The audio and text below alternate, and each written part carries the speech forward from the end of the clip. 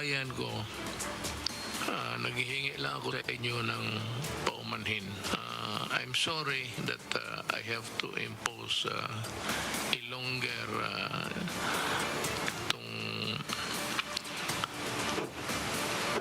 modified enhanced community kasi kailangan may spike ang tumaas yung infections at yung hospital natin puno. Kaya kung sana wang inyong dagdagan, I can understand paano yung utak niyo tumakbo. But the problem is madadali lahat.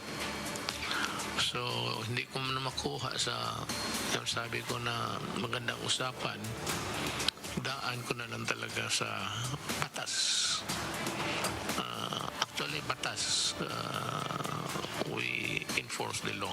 Ngayon, alam ko na galit kayo. Magalit na lang kayo sa akin kasi wala man talaga akong magawa. Yung virus na yan, lumilipad yan sa hangin. Kung kausap mo yung may virus, na mavirus ka rin. Yan ang problema dyan sa COVID-19 virus.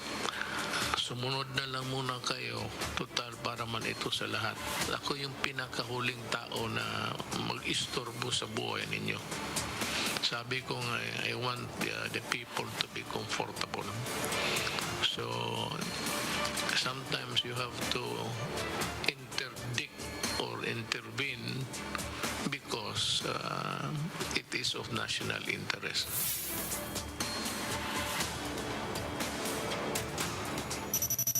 The Modified Enhanced Community Quarantine, or MECQ, in the NCR Plus bubble is extended for 2 more weeks.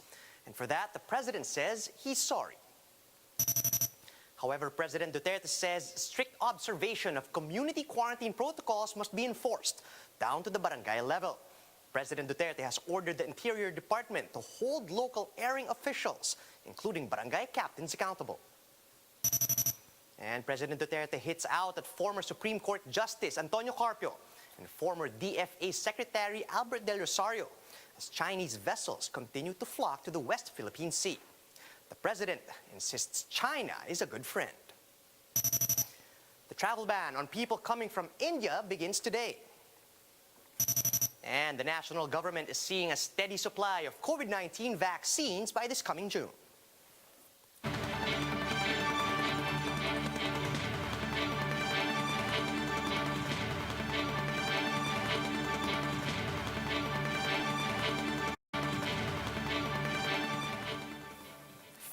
Focused and fearless. Here's everything you need to know as you jumpstart your day. I'm Charles Lejano. Starting off today's newscast with the government announcing new quarantine classifications for May. The NCR Plus bubble, which includes Bulacan, Cavite, Laguna, and Rizal, will once again be placed under Modified Enhanced Community Quarantine until May 14. Meanwhile, Santiago City, Quirino, and Abra will also be under MECQ for the whole month of May. On the other hand, the list of areas under General Community Quarantine for May are flashed on your screens, while the rest of the Philippines will be under Modified General Community Quarantine. We have breached the million mark, and it does not really surprise me. From a distance, nakikita ko talaga. During last night's public address, President Rodrigo Duterte took the time to apologize to NCR Plus bubble residents for extending the MECQ for another 2 weeks. Next to me, sabihin ko, tignan mo ito. Tomorrow there will be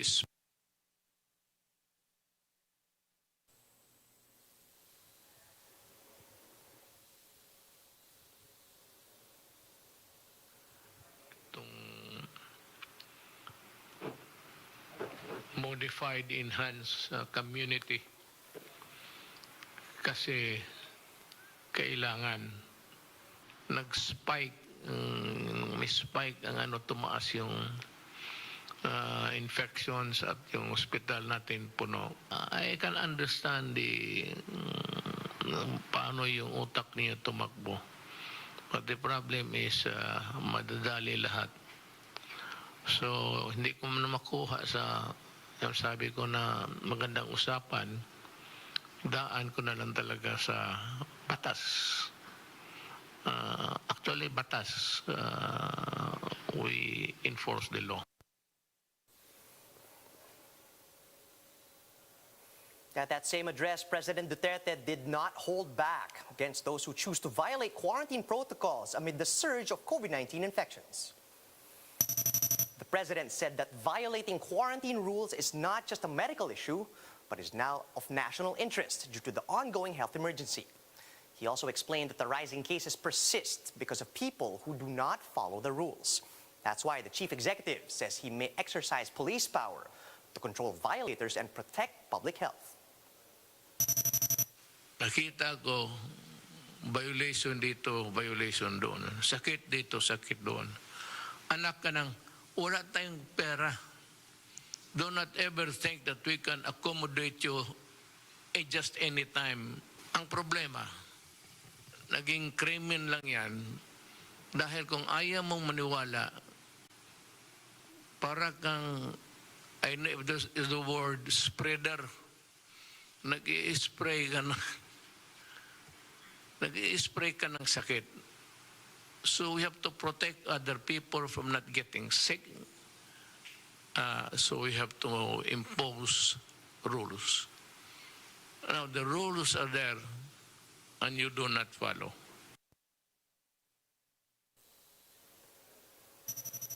Duterte also ordered the DILG to hold mayors and barangay officials responsible for allowing quarantine violations to run rampant in their areas.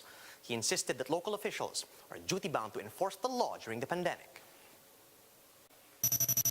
I will hold responsible under the law. May batas eh.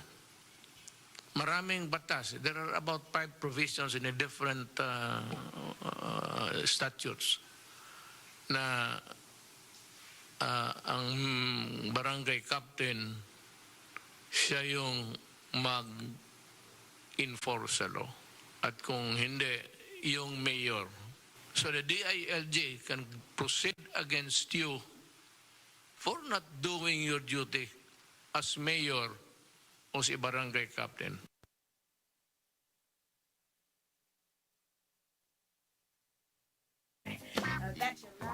Despite the recent downtrend in COVID-19 cases in the Philippines. He says the average daily attack rate remains high, though the virus growth rate has started to slow down. Because of this, Duque says it's more important than ever to strictly follow health protocols if we want to see improvements in other aspects of the pandemic. Mataas pa rin ang ating healthcare utilization rate naman ng CAR ng Regions 2 and 4A.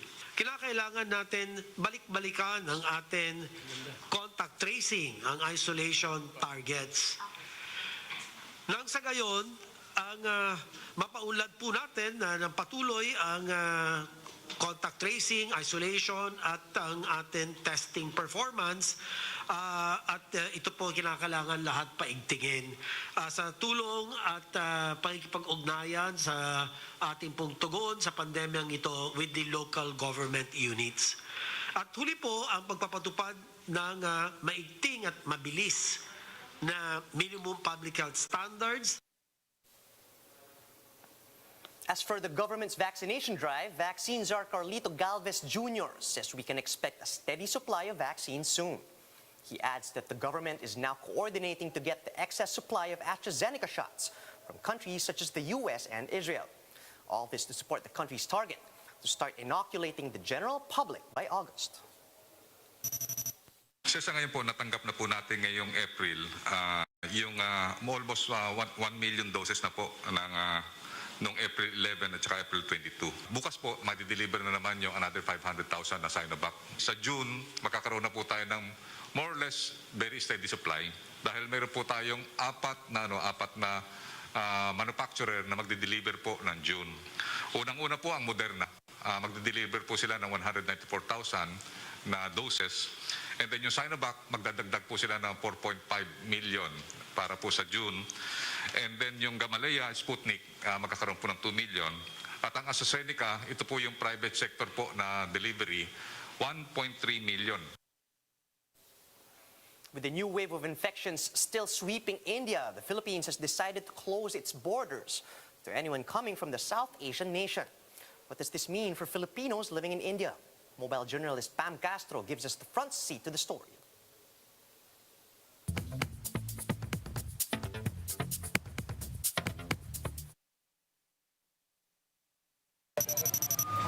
People struggling to survive. Plenty desperate to find free oxygen and medical help. India is now overwhelmed as COVID-19 cases explode to new levels. With nearly 18 million infections, around 2,000 Filipinos live in the country, including Tal.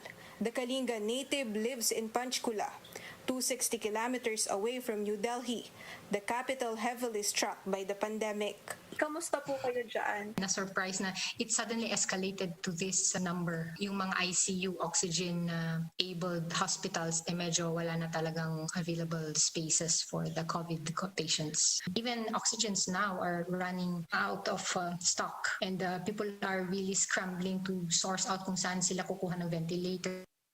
According to Philippine Ambassador to India Ramon Bagaching, 2 OFWs have died in India due to COVID-19, with 20 also testing positive. Dalawa sa ating mga OFW, as I said, these are managerial level people that have passed away. Tutulungan ng ating mga kababayan dito. Philippines will ban the entry of travelers from India as well as those with recent travel history to the country from April 29 to May 14. The move also prevents the entry of a possible new variant under investigation in India. Kailangan natin maintindihan, even though this variant is still not of concern but still under investigation based on WHO's classification, kailangan mag-iingat na tayo. Kasi nakikita na natin yung nangyayari sa kanila at ayaw na natin na magkaroon pa ng enabler ang ibang variants na pumasok dito sa ating bansa para makapag-cause pa ng further transmission ng sakit. The Health Department advises Pinoys in India to keep following minimum public health standards. We have said that over and over again. Whatever type of variants there are, we comply with the minimum health standards. We try to extend For the likes of Tal, coming back to the country may not be an option anytime soon. While the case in India is dire, staying home will always be her best bet. President Duterte slammed former Supreme Court Associate Justice Antonio Carpio and former DFA Chief Albert Del Rosario for their stand on the West Philippine Sea issue. The chief executive again pointed out that the inaction of the previous administration is what brought us to such a disadvantaged position against China. Duterte said China already had a tight grip on the disputed waters when he assumed the presidency. I'm stating it for the record. We do not want war with China. China is a good friend. Mayroon tayong utang na loob na marami, pati yung bakuna natin. But there are things which are not really subject to a compromise. Kagaya ng ginawa mag-atras-atras. Mahirap po yan. Sana they will understand. But I have the interest of my country also to protect.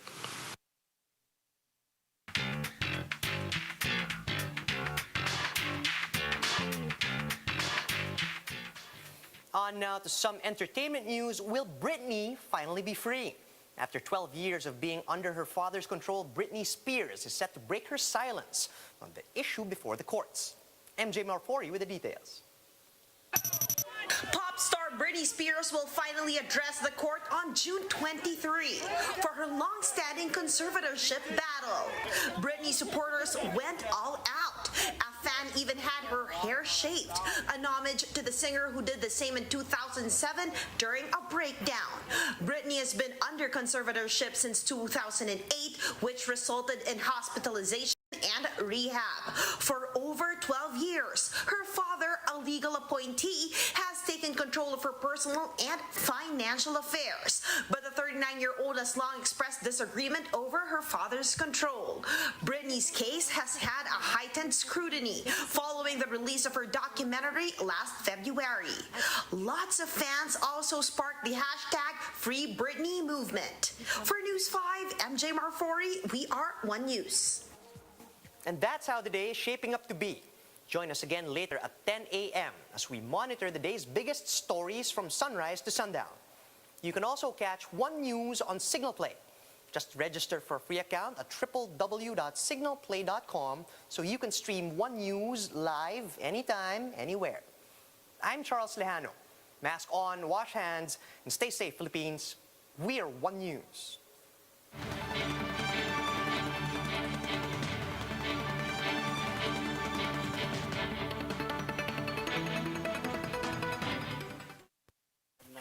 Ako pag ganyan, ibig sabihin it's either kulang ako sa tulog kagabi o kulang ako sa